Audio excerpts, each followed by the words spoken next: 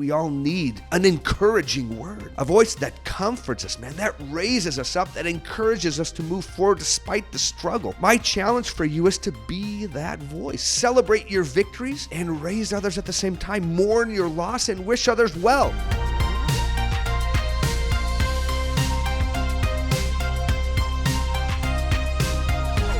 You amazing people, I hope this finds you feeling good, but if you're not, I hope this short video raises your spirits and helps you to bring it wherever you are. So many of you text us and speak to us about your participation in sports, choir, orchestra, debate, and other forms of activities that at times involve competing against others or even against yourselves. Can I just say how much I love watching people perform and compete? Man, I love the entire process. I love the practice, the psychology of it, the blood, sweat, and tears that are necessary for you to evolve and perform at whatever level you want. I love the passion, the effort, the teamwork, and the lifelong friendships that many times arise from such activities. When you work hard and sacrifice with someone, man, I find that you forge a bond with those people that is deeper. If you're involved in any of these things, kudos to you, and I hope that it's been a stellar experience. If you're not involved, can I gently suggest that you be involved in something? Anything that moves your body, that engages your mind, that fosters relationships with others, that creates beauty, and that forces you to expand and to go deeper into any skill set. My friends, I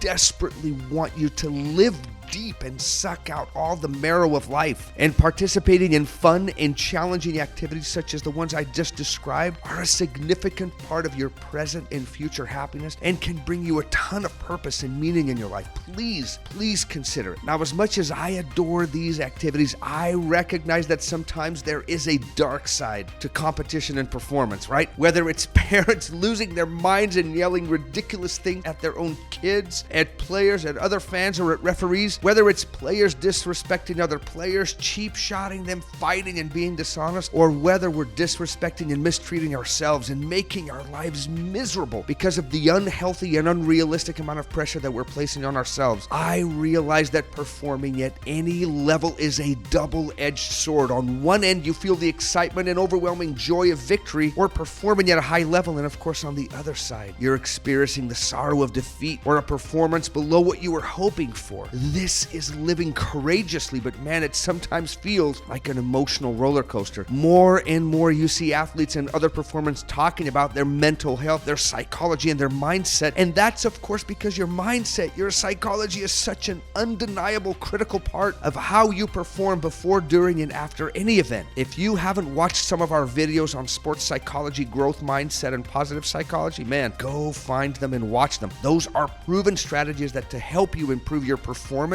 and keep you at the highest levels of joy and resilience. But that's not why we're here. We're here to talk about sportsmanship and how you and I can compete fiercely and still be honorable in victory and defeat. To help you remember and stay focused on these skills, I actually created a short little acronym for you. I think it's pretty cool. It's BRING IT. Cool, right? I mean, at least it sounds that way. Let me show you very quickly what it stands for. BR stands for be respectful. I stands for inspire others. N stands for nurture teamwork. G stands for give your best, and IT stands for integrity together. Before I go into each part of this acronym, can I briefly talk about acting in unsportsmanlike ways and why we do it? My friends, knowledge is power, and if you're able to recognize some of these behaviors and attitudes in yourself, maybe you'll be wise enough to consider enjoying these awesome activities in a more respectful and sportsmanlike way. Here are some of the reasons for your disrespectful, unsportsmanlike actions.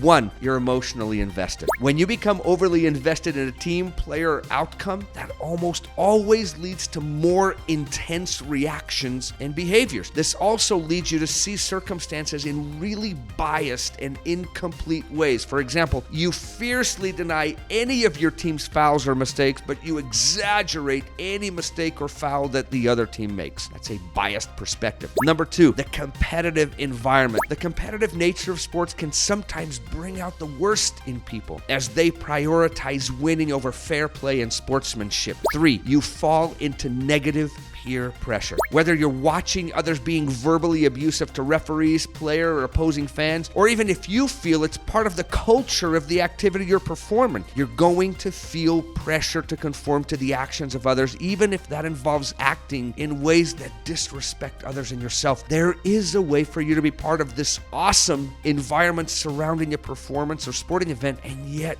retain your own personal integrity to your highest values and morals. Number 4, you're looking for attention or recognition. Whether you're looking to go along with the crowd or you want to appear cool or tough or even display loyalty to your team or person, we sometimes engage in disrespectful and unsportsmanlike behavior to gain the attention or recognition from others. Number 5, and the last one, you become frustrated or disappointed when you don't perform the way that you wished, when your team loses or a call doesn't go your way or where things don't go as expected. Our frustration and disappointment can lead you and I to act in ways that are unkind, disrespectful, and unsportsmanlike. Did you see yourself in any of these behaviors or attitudes? Man, I sure did. Now and way back then too. When we sacrifice our time, effort, and energy for something, we become emotionally involved in that something. And that can sometimes create a really black and white or all or nothing mentality in each of us. This often creates this us versus them and win at all cost type of mindset, which many times provokes poor behavior, a negative psychology within us, and honestly, many times poor outcomes. Now that you understand a little better why you're doing the things you do, let's build up some of your sportsman-like muscles, right? And still bring all of your hype, your enthusiasm, your awesomeness, your fierceness and loyalty to the table and perform in a way that would make you and your family proud during and after any event, circumstance, or game. Trust me, there is a way to do that. There's a way to be loyal to your team and respectful to others.